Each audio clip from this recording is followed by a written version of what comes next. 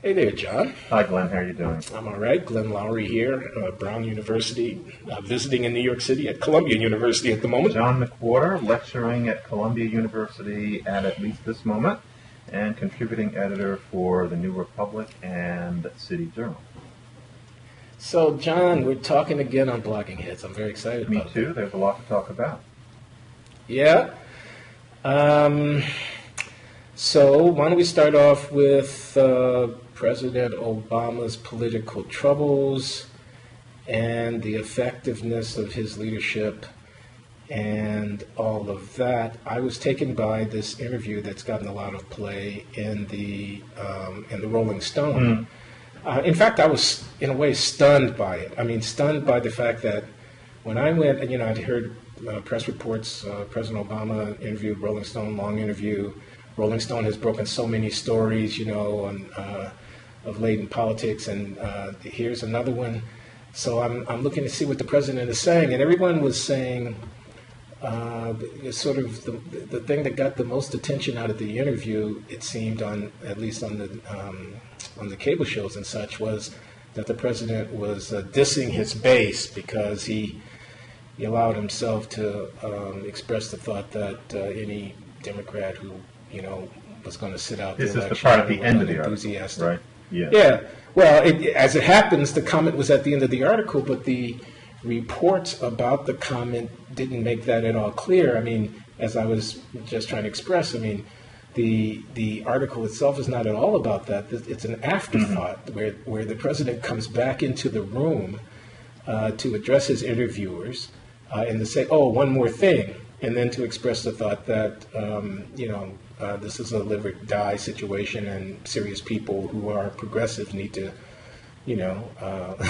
buck up, as it were. I didn't use those words, but and see the thing through. And if they weren't willing to do that, then they couldn't have been serious in the first place. This the president said. But it was an afterthought after what was, 5,000, 7,000 word interview in which the president is being quoted verbatim. And I'm reading the thing and I'm saying, here's the guy telling us what he was trying to do and what he has done. And telling us in great detail and covering a dozen different substantive areas of policy and being eloquent, precise, economical in his language. If someone had told me that this was a written essay by the president, these were his diary entries or something like that. You're taking it a little too far. He wasn't. You think I'm overstating it? No, I just thought that it was. He was very eloquent, but it wasn't. He was very eloquent, and very, very knowledgeable. Very knowledgeable. And I thought, so here he gives an interview and he does all of this, and yet the story that comes out of it is this headline about about dissing his base. I don't think he was particularly well served by that, or that the country was particularly well served in that we don't focus enough on really how gifted, intelligent, et cetera, et cetera, et cetera, well, our president is, and not that he's above criticism. No, obviously he is connecting with a very serious issue, which is that much of what got him elected was a cult of personality. And as I have been very public about saying, I was very much an Obama fan, and I still am. But a lot of the reason that he so energized the electorate was not necessarily because of policy detail, because most people, whatever color they are not political junkies. It was about what he symbolized. Yes, it was about his color. And so people were excited, and that's one thing, but then here we are 2 years later, we're talking about midterm elections. We're not talking about something as dramatic as a president or the first black one. We're just dealing with politics and policy and issues that are often rather abstract. And obviously, that same electorate is not going to be as excited, and suddenly we get back down to the fact that America has a lazy electorate, and most people are not political junkies. And so certainly he has to do some motivating. I'm a little surprised that he would be angry, that he would feel that people are asleep at the switch or not being grateful or what have you. This is just a matter of differentiating between all of the yes we can business and the music and the excitement that was based on a kind of drama, as you often said, and the realities of what it means to elect a senator or a representative in order to keep the agenda going of that symbolic figure. nobody should be surprised at any of this. There's a job that has to be done. There's a difference now. Can't rely on the cult of personality.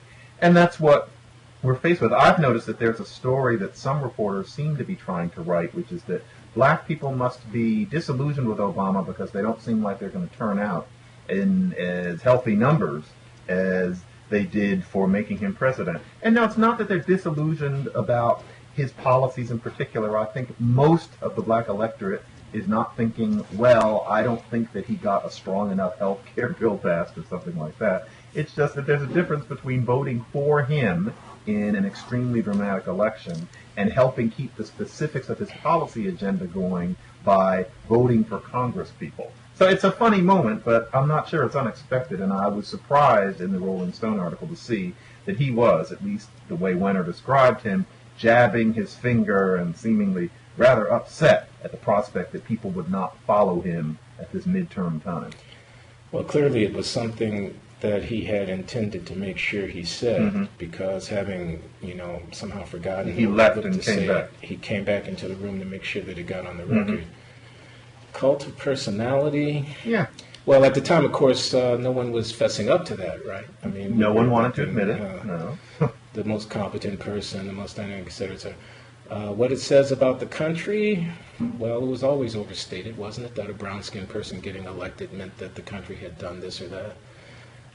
Repair our relations with the Muslim world, wasn't that always a bit of a stretch, particularly given the fact that the real actions that any president would have to take on the ground were likely at the very best to be read with ambivalence in the Muslim world. The fact that the guy descended from Muslims, had some knowledge about Islam that most presidents wouldn't be expected to personally come by, couldn't override the fact that we have basic strategic alliances and commitments and ongoing programs of activity that are, as I say, at the very least, inevitably going to be understood with ambivalence in Islamic capitals. So, there was something always in my mind a bit infantile or not mature politically in taking biography, narrative, racial heritage or whatever to be, something of profound significance for the country.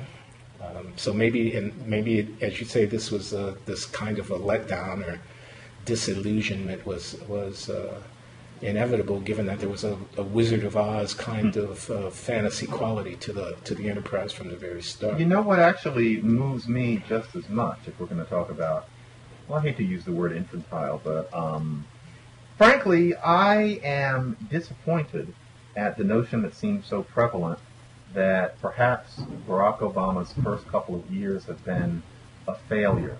The notion that he hasn't turned out to be what we expected, because for goodness sake, I don't know what we were expecting. There seems to have been this notion that he was going to create this revolution. People listened to the speeches and looked at all the fancy lighting and seemed to actually think that this was somebody who, within about 700 days, or maybe even the first 100, I don't know, was really going to turn the country upside down. And the notion is that now, because we seem to be living in the same America as we were 10 years ago, that this just wasn't quite it. And it's interesting, I find myself asking, at least I ask myself, is the United States a better place to live in right now than it was 2 years ago? Have we made some progress? And talk about that Rolling Stone article. It seems to me that I look at the America I'm in right now, and we have a health care bill, of course not perfect, but who thought that it would be? And we have at least an attempt at financial regulation. Not what people on op-ed pages might have wished it would be, but certainly something. There's been anti-tobacco legislation. There's been a stimulus, and how can we judge it just yet when not all of it has kicked in? On education, we could go on and on. A lot of good things are happening, and instead the fashion is to think about the fact that nothing revolutionary happened. And I find myself wondering, or not wondering, why anyone thought that this man could create such a revolution. And I do think that it has something to do with you-know-what. Back in 06 or 07, I got in trouble because I said on TV to somebody that the notion that Barack Obama can bring the country together is rather absurd. It's as if people think that he's mammy. And for some reason, a lot of people misinterpret it as me just saying Barack Obama is a mammy. And I've got a lot of hate mail for that. And that's not what I was saying. I was saying that he wasn't. And I think that the man has done a pretty good job. I cannot wrap my head around the idea. Well, then, John, if he's done such a good job, why is the unemployment rate 10% nearly? If he's done such a good job, why is the situation in Afghanistan as muddled as it is? Why are the Democrats poised for historic political setbacks in the upcoming election? Why has the moderate center of American politics, the independent-minded voters, why have they fled from support for the candidate to the extent that they have? Why, if these accomplishments that you've enumerated are of such great significance, are the Democrats running for re-election avoiding talking about them? Mm-hmm. And so on. I mean, he's done such a good job that he's leading his party into, et cetera. I mean, into a very bad political cul-de-sac from which they may not recover anytime soon. I mean, the Republicans are looking a lot better 2 years after Barack Obama became president than they did during the last weeks of that 2008 presidential campaign. Why, if the president has done such a good job, and I'm kind of playing devil's advocate here, but I'm very interested in your response, are all of these negative things happening? Yeah, and I think that they are things that were beyond his control. And to take two, Afghanistan. If you would like for the man to have pulled out of Afghanistan completely, immediately, then I guess we could say that things would be going better in Afghanistan, at least in some perspective. But if we were going to stay there, I find it very difficult to think of what thing any of us could say Obama missed somehow along the way. Just, idiot, he should have known that X, Y, and Z, and then things would be going on better there. That is a nasty... Okay, how about this? He should have known that making nice with Republicans and looking for moderation to, 1,000 moderate flowers to bloom from the Republican ranks was naive. He should have understood that talk is cheap with respect to changing Washington, and at the end of the day, if he wanted to get something done, he was going to have to get down, and dirty, and get in bed with a lot of lobbyists. Lobbyist was a bad word during the campaign. Very naive of him. He didn't take the full measure of the difficulties that he was facing, and didn't exhibit the strength of character, the leadership quality necessary to navigate. Now, maybe no one could have done, but we can at least pose the hypothetical. Would a Bill Clinton, under similar circumstances, have been more artful and effective at dealing with the political landscape?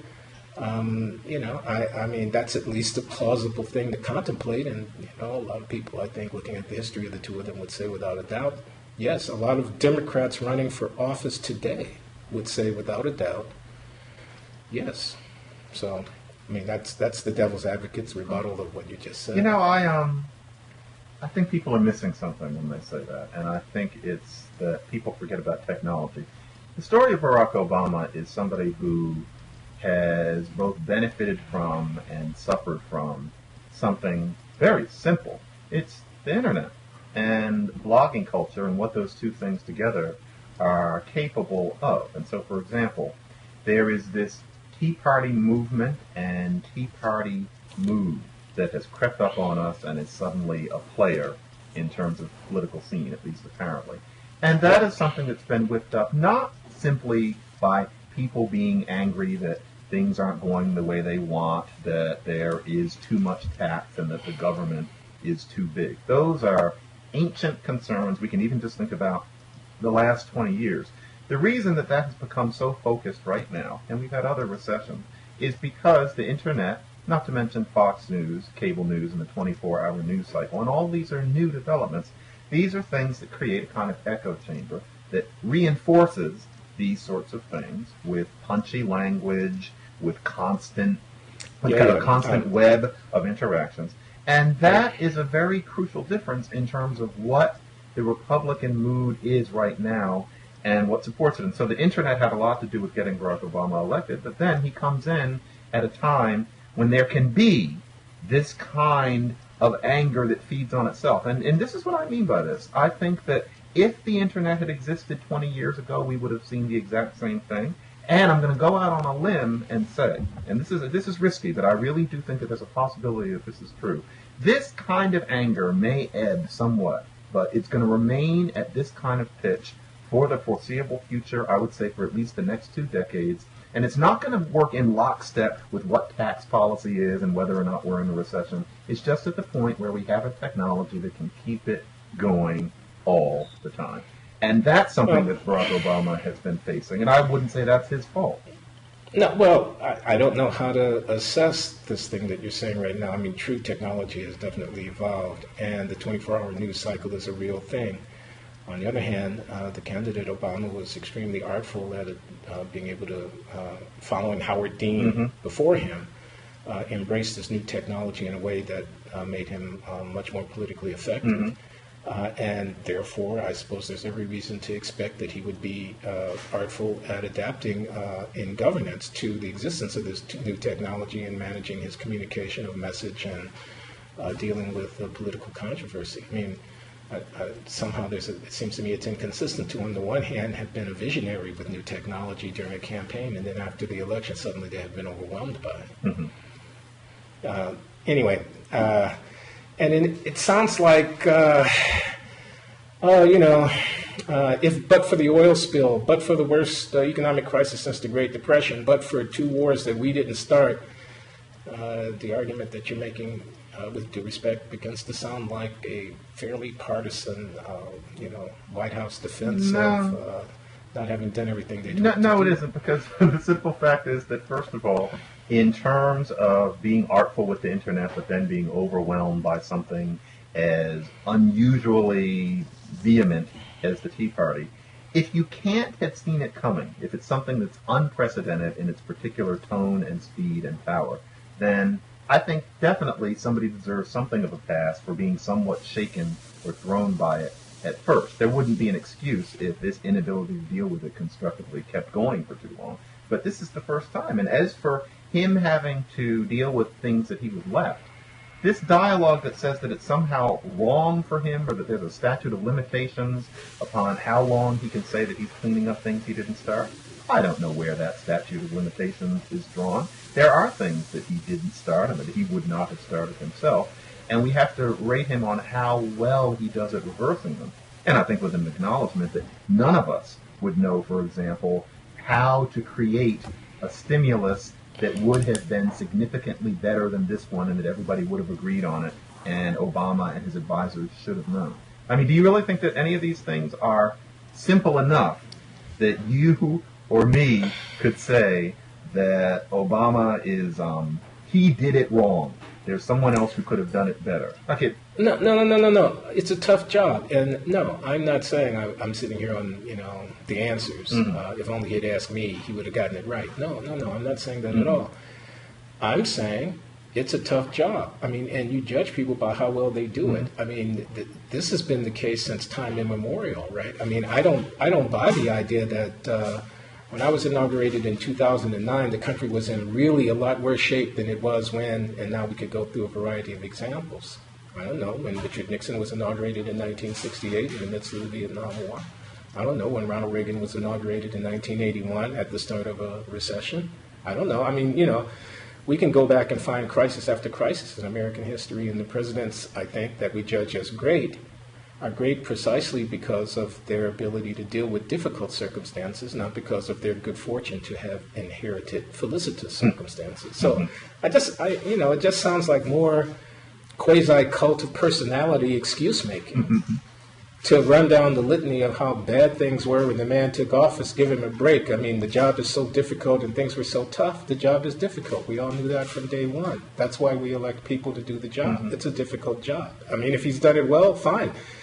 If he has done it not so well, then I think we have to acknowledge that as well. Let me ask you something. Is your template 1932 and 1965? Because it sounds to me like that's maybe what we're going for. Our sense that what's going on now, which is incremental changes for the better, and we're talking about after less than 2 years, incremental changes for the better, what's going on now is insufficient in comparison to what? And I'm thinking about what happened under the Reagan administration and at what speed, or anything that we would be thankful for, or what happened under the Clinton administration for all of his artful politics and at what speed. And I'm also thinking about the little disasters that there were in the beginning of the Clinton administration with things that they unwisely jumped on immediately, such as the way many people felt about the gays and the military issue in terms of timing. And so it's the comparison, basically, Lyndon B. Johnson bending over and intimidating various Southern senators and committee heads in terms of getting the Civil Rights Act passed and Great Society legislation. And then before that, is it about the New Deal? Is the idea that Obama was supposed to come in and be, quote unquote, forceful in those ways? And short of that, we have to wonder whether he really has the stuff. Is that the template? Yeah, I guess it is. I don't know. I mean, I don't want to dump on the president. I don't. I mean, Maybe he deserves it.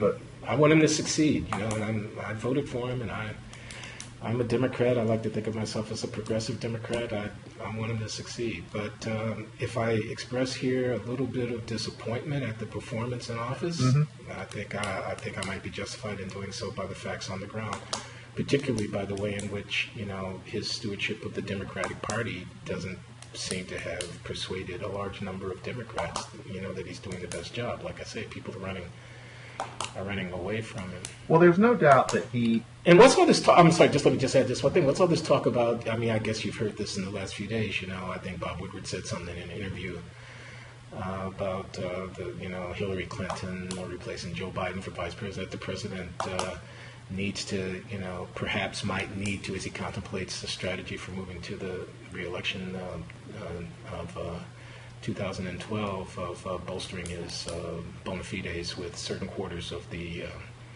electorate that he thinks Clinton might get, and so forth. I mean, Well, as far as I'm concerned, I would be more moved by the Atlantic profile, actually, of Biden right now, which is pretty much a mash note. And it seems that even between the lines, it indicates that if anybody is going to have that particular kind of appeal, then Biden would be doing a better job at it than Hillary Clinton, wouldn't you think?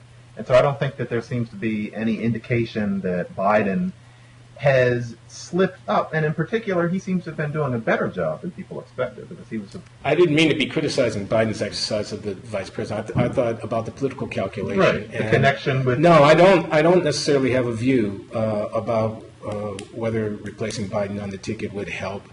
This is 2 years into the future. It's forever, but would help the president's re-election prospects. I'm just struck by the fact that people were talking in this way, which I'm maybe reading between the lines a bit to say that there's already the anticipation that there could be a very, very tough time when re-election season comes around, and that the president needs help in bolstering his cred with a certain kind of... his political cred, in broad swaths of the electorate, working class, white middle of the country, less well-educated. It's going to be a very interesting election in that way, because, of course, the idea then, and that'll have been a longer time period, will be, did he get me a job, or did he get my friends a job? Has he created a difference in the economy? And by then, and I'm not sure where one draws the line, but by then, certainly there will be room for saying that we would expect that the person who's been at the helm for 4 years would have made some sort of difference, no matter what sort of quagmire he came in upon. And sure, there'll be that issue. It's hard to say at this point because we don't know who the Republicans will have and how much charisma the Republicans will have. But it'd be interesting because I think that these are solvable problems. I can't see how Obama could have anticipated the particular fury of the Tea Partiers when he came in or while he was running. But this is something that's anticipatable. And I think that rhetoric could help take care of that. He's going to have to start being more explicit about what he has done and why he's done it. It's just a matter of whether or not he and his people will understand that his oratorical skills will need to be brought in again. It would also be interesting if he could learn to have an oratory that appealed to that segment as opposed to the segment of color. And I think that he could do it. He's very good at speaking. Do you think he was helped by these rallies they've staged recently? Speech at the University of Wisconsin, backyard town hall. It's a good idea. Yeah, it's a very good idea. I mean, it's a good idea for him to understand that he needs to do that, to remind people that it's one thing to vote for him in a fervor, and another thing to vote for the people who will help him do what he has to do. Very canny. It's something that you could imagine him not doing. And so if he would be more in that particular frame of mind, then I think that this blue-collar, modestly educated white voter might be made to see that he was a better ticket than whoever else there was. But it depends on what the dynamics are and who's running against him. But I think that he could certainly pull it off. Yeah. At least I hope so. I'm dubious about speeches. I mean, he gives good speeches, no doubt about it. He's given quite a few of them. I'm not sure speechifying can get you there. Well, you know what does get you there is lines. And especially say again, lines gets you there, especially with the 24-hour news cycle and Twitter.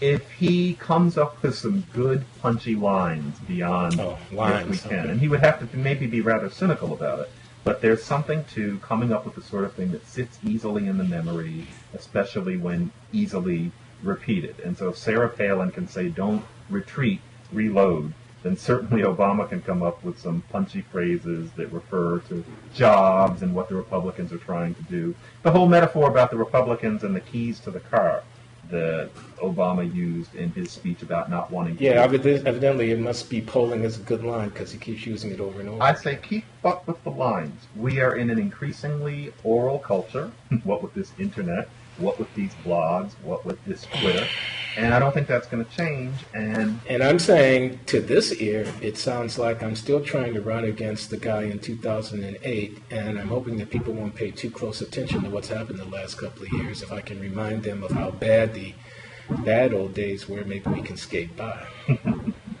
I'm not intellectually. I'm not much persuaded by this keys of the car thing, but I don't know affectively, emotionally. Maybe it works. Evidently, as I say, somebody's polling must be telling them that it works. Well, you don't like the man. You think I don't know the man. I mean, what's to not like? This is me. No, don't say that on Blogging Heads, man. I'll start getting a bad reputation. I think you like the man. Go ahead, tell me why do you say that? Because you've said it before. Because, and I don't know why you don't like the man. Well, I kind of do, but imagine him as someone else. Just put some other person in there. Make the person. I'm just flying blind here. Let's take. I'm going to fly blind here. Let's say that instead of it being Barack Obama, it's Bill Richardson. Let's say it's Bill Richardson. And so let's say Bill Richardson. Latino heritage, but to be perfectly honest, culturally Latino is not the first thing that you think of when you see him on a talk show or something like that. But he's got that. He kind of rumpled, and so none of this issue of the Teflon, cuteness, etc. Let's say that he somehow had become president, and he had done all the same things. Oh, John. Would you be as much on his back as you are on Barack Obama's? Something really bothered you about all that adulation, it seems. Something bothered me about the adulation. That's true. Okay, and there are some things that the president has done that I have not cared for, and that have put inevitable. Those things are also true, but I wouldn't take that to the point of, as it were, not liking the man. I would not, and I want to resist your counterfactual. I don't want to go there with your hypothetical of if Bill Richardson would I. I don't know if I would or wouldn't. I don't know. The adulation and the hype and the kind of unquestioning embrace. I didn't much care for the way that the press obviously fawned over the candidate and then the newly elected president, suspending judgment and withholding for a long period of time the kind of criticism and scrutiny that would otherwise have been brought to bear. I didn't much care for that. The narrative construction that is part of the story and the persona, the brand. And I don't mean anything belittling to use a commercial word in reference to the president. I just mean, obviously, Succeeding in that arena means creating an idea about yourself in the minds of people and then selling that idea in a positive way. I did take exception to some of what was done. I didn't much like the way that the racial connection was used to appeal to this deep desire in the American psyche to, get this thing behind us, when I knew full well that the candidate knew full well that this was not going to be behind us, okay, and that was hype, that was salesmanship, that was not substance. Not a black America, not a white America, it's one America, it's in my very DNA. I deeply resented that personal reference to the candidate's biraciality by way of trying to sell America on a political program. I did. The standing before the Nobel Committee in Oslo with the Peace Prize and mentioning Martin Luther King in the context of declaring himself the commander-in-chief of a nation of 2 wars. I can't be a pacifist, even though I stand here because of the life work of Martin Luther King. I know that work was important. Nevertheless, I have to do what I have to do. I wish he just left King out of it. He didn't have to be black. That is, Barack Obama standing in Oslo did not have to stand there as a black American who had risen to the presidency of the United States. He didn't have to seek cover behind his connection, such as it is, to Martin Luther King. He was the president of the United States. He's running 2 wars, and he gave the speech that he gave. He should have just given it on his own account. He didn't have to wrap it in that racial biography. And on and on and on. I'm from the south side of Chicago. I know the community that nurtured Barack Obama for 15 years before he rose to the presidency of the United States. There's nothing wrong with it. It's nothing to be ashamed of. It's a good place. It has some rough edges, okay? It does not necessarily harmonize with the dominant tones of the American political symphony, but it's still a good place.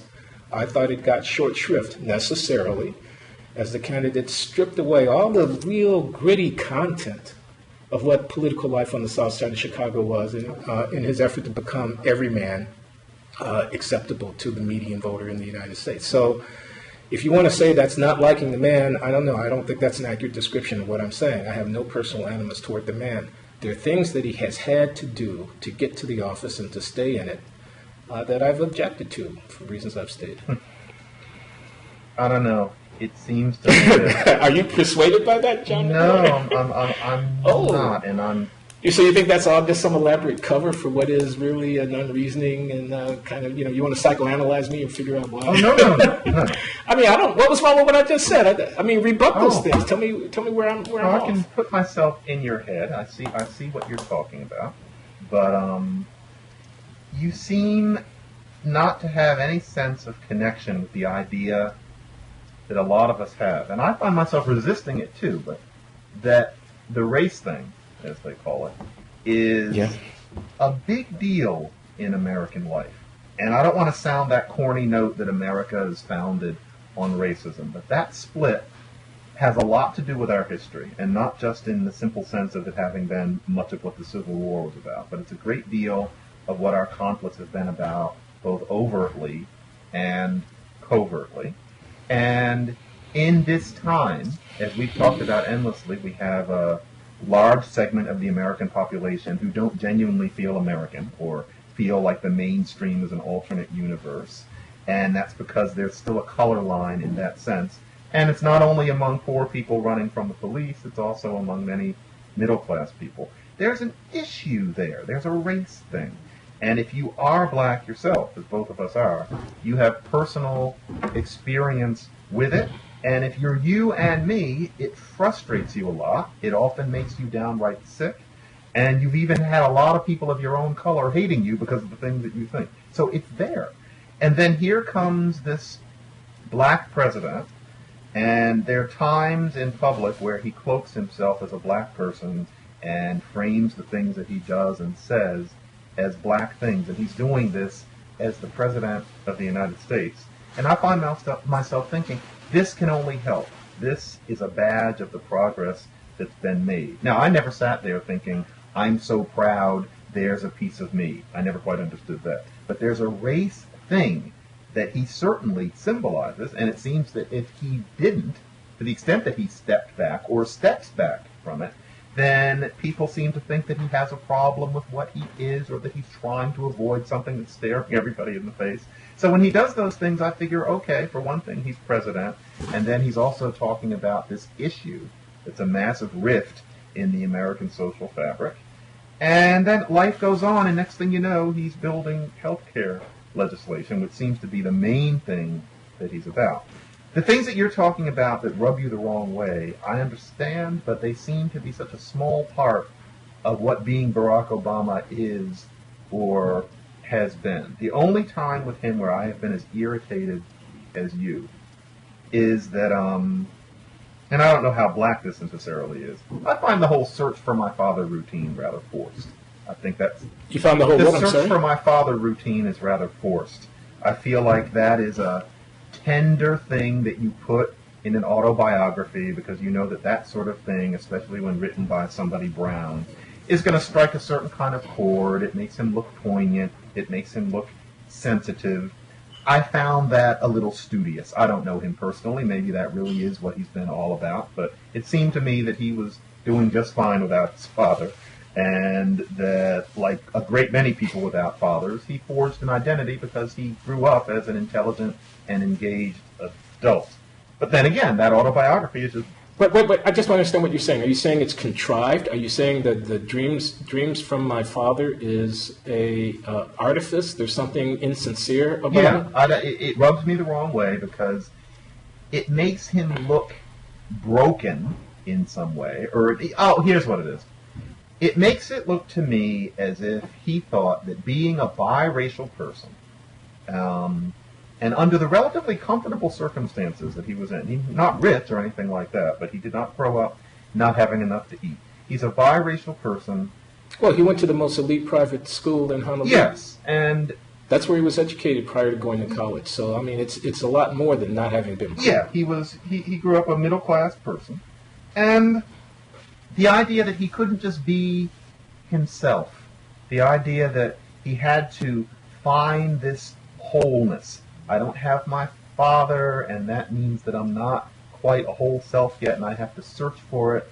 And then he becomes culturally African American, which is not what all Barack Obamas did by the time he was of that age. There are many people under the same circumstances who just opted to become people. And, their wife may be any number of colors, and they are kind of black and kind of not. And instead he adopted this identity, which he did not grow up with, right down to the speech patterns. I do find that a little bit peculiar myself. And the fact that America thinks it's so sweet is something that I find a little odd. But again, it's only one thing about him. Well, that's interesting because in my case, it's, Obama Chicago can't come with him to the campaign for president. And, or at least that part of it that nurtured him through the formative years of his political ascendancy. And yours is a kind of literary objection, it seems to me, if I get you, which is, you're about writing books that are, need to be written and that are compelling. And there's something that you find about this particular book, which was written long before he started running for president, though I suppose he had his political career well in mind when he undertook the project. You're objecting to it.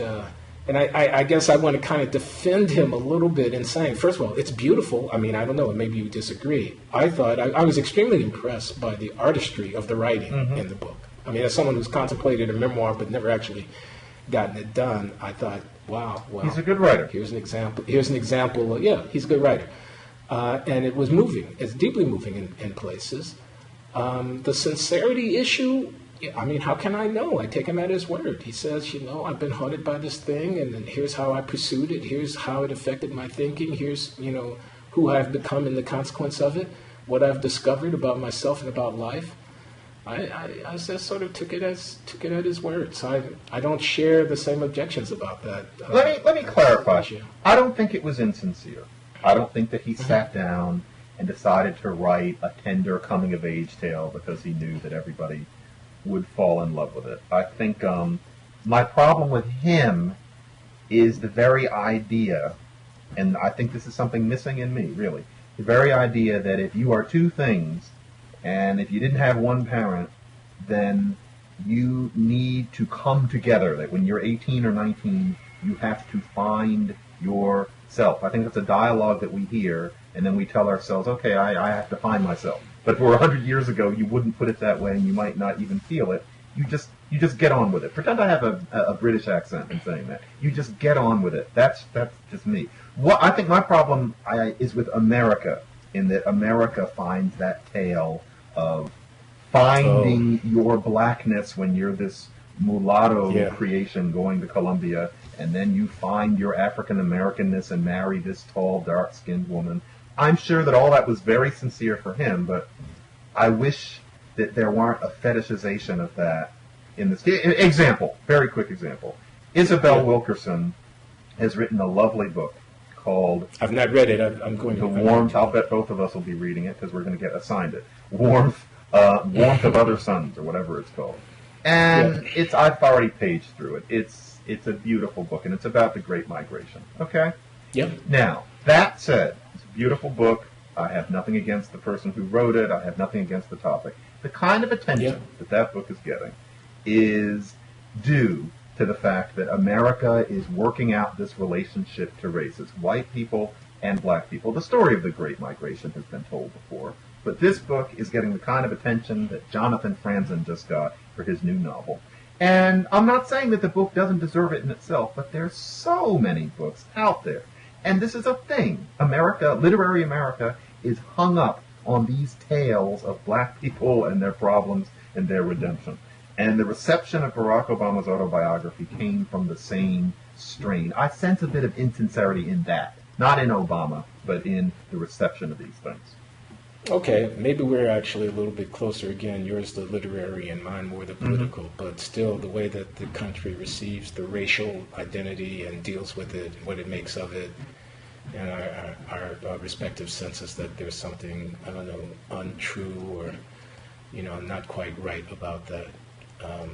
Something, self-aggrandizing for the country. I mean, in my case, I think people want to let themselves off the hook. They want to be able to tell themselves that we're doing a lot better on the race front than we actually are. Yeah. But let me ask you this. Now, here's the president, and it's very early yet. 2 years are not yet up. The midterm results are not in. We'll see what happens in November. And then there's, of course, the last 2 years, and there's the re-election campaign, and who knows what will happen. And things all may turn around the way they did for Bill Clinton after 1994. The president may go on the re-election and go on to a relatively successful two-term presidency. Or he may fail. This may get worse. The wipeout in November may be very bad. The adulation in the press, which is already, the late-night comics and all that, turned against him, may get real mean. Okay? And he may fail, and he may end up being Jimmy Carter, quote unquote, or worse. Okay? Now, if black people were prideful about his election, if people were carrying photographs of their deceased parents into the voting booth so that they could be present for the historic pulling of the lever on behalf of an African American candidate, then does shame accompany collective shame? Are we going to be ashamed of our black president if he doesn't succeed? Or are those two sides of the same sword, two edges of the same sword? You live by it, you die by it. You have the prideful highs in victory, and you have the awful depressive lows in failure. Are black people on trial in the president's prosecution of his office as president of the United States, given that we're sort of joined at the hip, metaphorically speaking? Yes, and luckily we're beyond that, because and maybe we disagree on this, but No. I'm interested in your response. I'm not sure I disagree with you at all. I think, in fact, there's a way that you could say, I'm sorry, I shouldn't be talking. You should be. There's a way that you could say you live by the sword, you die by the sword. Oh, yeah, it would have. You want your black president, you got your black president, but guess what? No affirmative action. We're going to judge him on the same criteria we judge everybody else. And I think that certainly is happening. I think that the sense that I actually had early on, I was wrong in that I thought that he was going to be given a kind of a pass, including by the Republicans, to an extent. I thought that it was almost kind of an advantage that people wouldn't be too hard on him because of not wanting to be called racist. And, that's not true. And here we are. Yes, I think it was always a risk. Suppose this man comes in and screws up and becomes a Jimmy Carter, And then how does Black America feel? Then what does Black America do with the pictures of their deceased relatives? And if we could definitely say that things were a failure, there would be a certain amount of denial, and there would be comparisons with other presidents. It would be talked about what the failures of Reagan were, et cetera, and how come we lionize him and then diss Obama. There'd be some of that. But, Glenn, I think that we're lucky, in a way. We're not going to have to deal with that, because I think even you'll agree that the chances that the Obama presidency is going to be judged as much of a disaster as Carter's, once you get beyond the sorts of things that help sell magazines and help make you click on things in newspapers, it's not that bad. We don't have anything that's the equivalent of the Iran hostage crisis. Obama is more charismatic and better at working with people, even with his flaws, than Carter could have ever hoped to be. So it's not going to be that. I think that the danger is that Obama may turn out to have been a mediocrity. And then, well, opinions will differ. For many black people, the very fact that he was black and became president will be enough. But yeah, could it have been that Black America had to fall on its sword? Yeah, that was a risk that I think we all took. And it seemed to me that it was unlikely with this particular candidate. And here we are. He's done some things. Basically, Jimmy Carter, go 2 years in, what had he done? I'm sure there's some revisionists who can point to some things that we don't remember or care about now, but it wasn't as much as Obama's done so far, so I don't worry about that.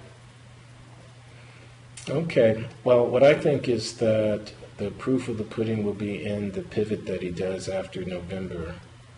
That, of course, is going to depend on exactly what the outcome of November is, but whatever that outcome is, it seems pretty clear that there are going to be large Republican gains in both houses of Congress. And there's a lot in that. You say a lot has been done, a lot has been done. And, again, about that Rolling Stone article, one of the things that impressed me was just how much has been done that I didn't really know about. Okay, I confess my ignorance, perhaps, but I'm not reading, the Congressional Quarterly or whatever it is enough to know all about what's been going on, and not all of it has gotten a lot of press. But he's going to have to make some really serious adjustments politically, it seems to me, in the wake of the upcoming elections, and the extent to which he does that artfully, the extent to which he's, if you'll allow me, Clinton-esque in his management of the changed political fortunes, will have a lot to say about whether he succeeds or fails. So it seems to me, and I don't know. I just don't know from what I've seen how to gauge how well the president might function under these likely changed political circumstances. We're going to have to see. We're definitely going to have to see. We could stop talking now, John, and I think it would be a nice, well-rounded conversation about a single topic. And we rarely do on one thing. So let's make this well-rounded. We could come back to it again, in a couple of weeks or whatever. That's what we're going to do. Hey, since we're both at Columbia, we could actually be prepared for our conversation. Yes, we could actually meet in real life as we've been doing. Yeah, put our heads together. Although we have to be careful not to do the blogging head sitting at the table. Don't leave your fight in the gym. It's hard to do it again. But we will definitely. All right, John. Always a pleasure to talk to you. All right, John. see you next week, Glenn. Yeah.